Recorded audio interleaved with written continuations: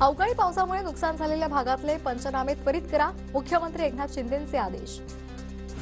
अवकाळी पावसासंदर्भात जिल्हाधिकाऱ्यांची भेट घेऊन त्यांना सूचना देण्यात आलेल्या आहेत। लवकरात लवकर पंचनामे करा असं सांगण्यात आलंय। अवकाळी पावसासंदर्भात जिल्हाधिकाऱ्यांनी अहवाल पाठवावा, देवेंद्र फडणवीसांच्या सूचना। सरकार शेतकऱ्यांना मदत करणार, फडणवीसांची ग्वाही।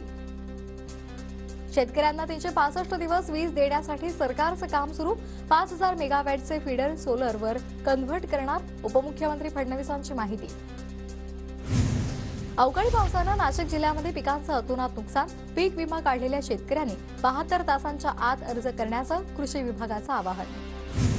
राज्यात पुढचे 2 दिवस अवकाळी पावसाचा इशारा, तर उत्तर महाराष्ट्रामध्ये गारपीट, कोकण आणि मध्य महाराष्ट्रामध्ये वादळी वाऱ्यासह पावसाचा हवामान विभागाचा अंदाज। अवकाळी पावसाचा मराठवाड्यातील शेती पिकांनाही फटका, लाखो हेक्टरवरील तूर, कापूस आणि जोंधळ्याची पिकं उद्ध्वस्त झाल्यामुळे शेतकऱ्यांवर संकट। नाशिकच्या निफाडमध्ये तुफान गारपिटीमुळे द्राक्ष बागा उद्ध्वस्त, द्राक्ष उत्पादकांचं एकरी 1.5 ते 2 लाख रुपयांचं नुकसान।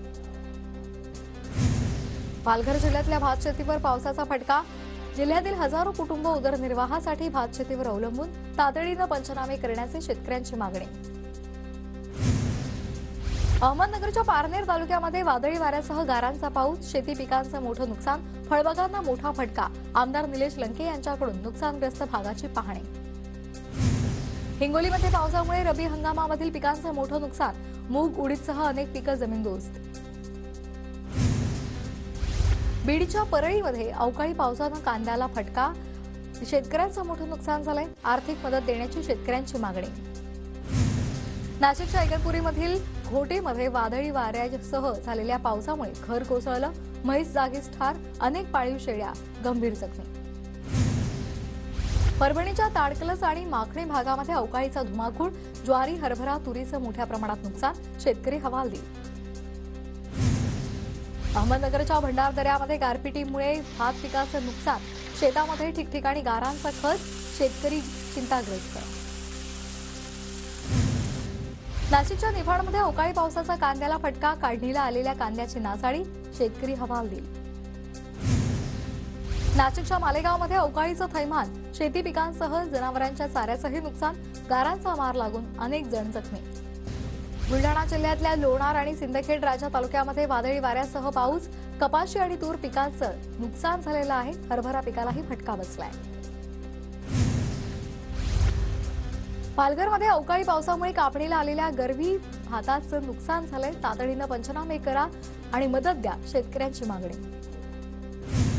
रविकांत तुपकर यांच्या बुलढाण्यातील अन्नत्याग आंदोलनाला फटका बसलेला आहे पावसाचा। या पावसामुळे तुपकरांचं आता मारुती मंदिरात अन्नत्याग आंदोलन।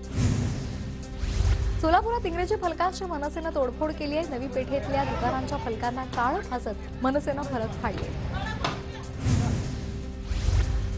मराठी पाट्यांच्या मुद्द्यावरून पुण्यामध्ये मनसे आक्रमक, शिरूरच्या आस्थापनांनी 24 तासात मराठी पाट्या लावाव्यात, मनसेची मागणी। अहमदनगरच्या निळवंडे धरणातून सोडलेल्या पाण्यानं 110 किलोमीटर अंतर पार केलंय, 10,200 क्युसेक वेगानं प्रवरा नदीमध्ये विसर्ग सुरू। नाशिकच्या नांदूर मधमेश्वर धरणामधून जायकवाडीमध्ये पाण्याचा विसर्ग करण्यात आलाय, गोदावरी नदी पात्रात 12,000 क्युसेकनं पाणी सोडण्यात आलं। नाशिक आणि नगर जिल्ह्यातील धरणांमधून सोडण्यात आलेलं पाणी आज जायकवाडीमध्ये पोहोचणार आहे, दोन्ही धरणांमधून 8.6 टीएमसी पाण्याचा विसर्ग। नाशिक शहरामध्ये 15 दिवस मनाई आदेश लागू, 10 डिसेंबरपर्यंत पोलिसांच्या परवानगीशिवाय मोर्चा, आंदोलनं, निदर्शनं करायला मनाई, कायदा आणि सुव्यवस्था राखण्यासाठी निर्णय। सोलापूरच्या विठ्ठल सहकारी साखर कारखान्याच्या ऊस गाळपामध्ये विक्रम, अवघ्या 26 दिवसांमध्ये 2 लाख मेट्रिक टन ऊसाचे गाळप।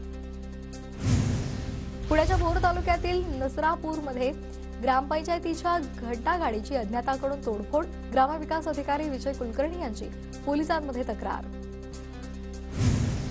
ज्ञानेश्वर महाराजांच्या संजीवन समाधी सोहळ्यासाठी पंढरपुरातून विठ्ठलाच्या पादुकांचं प्रस्थान, विठ्ठलाच्या पादुकांचं विधिवत पूजन आणि महाआरती। 1 डिसेंबरला आळंदीमध्ये ज्ञानेश्वर महाराजांचा संजीवन समाधी सोहळा संपन्न होणार। सोलापूर जिल्ह्यातल्या रिक्षा चालकांकडून एक दिवसीय उपोषण. ऑटो रिक्षा चालकांसाठी स्वतंत्र कल्याणकारी महामंडळ स्थापन करा. ओपन परमिट बंद करण्याची मागणी.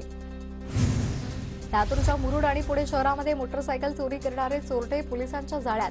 2 चोरट्यांसह 5 दुचाकी ताब्यात. लातूर जिल्ह्यात बंदी असलेल्या प्लास्टिकच्या कॅरी बॅगचा वापर वाढला. महानगरपालिकेकडून कोणतीही कारवाई नाही.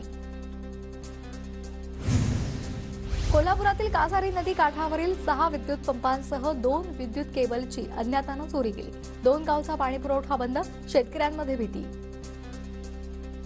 धाराशिवमध्ये तुळजाभवानी मातेच्या मंदिरात भाविकांची गर्दी, तर सलग सुट्ट्यांमुळे मंदिर 22 तास खुलं राहणार. अहमदनगर जिल्ह्याच्या राहाता तालुक्यातल्या बिरोबा बन इथं 3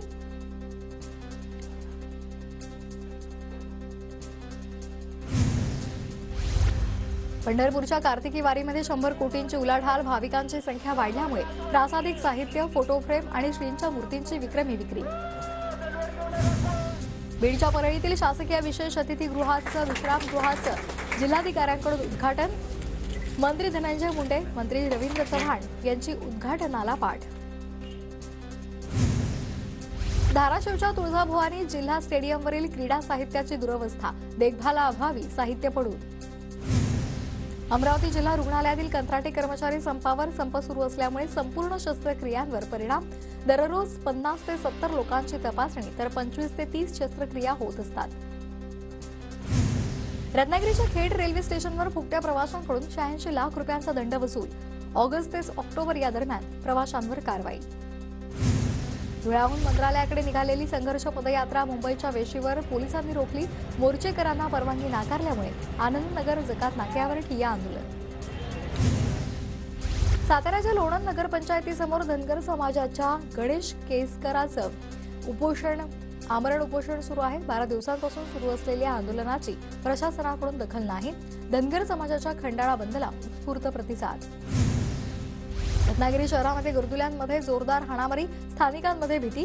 पोलीस ठाण्यात तक्रार करत बंदोबस्त करण्याची मागणी. अमरावतीच्या कौंडिण्यपूरमध्ये कार्तिकी पौर्णिमेनिमित्त यात्रा महोत्सवाचं आयोजन. भाविकांसोबत यशोमती ठाकूर यांची फुगडी.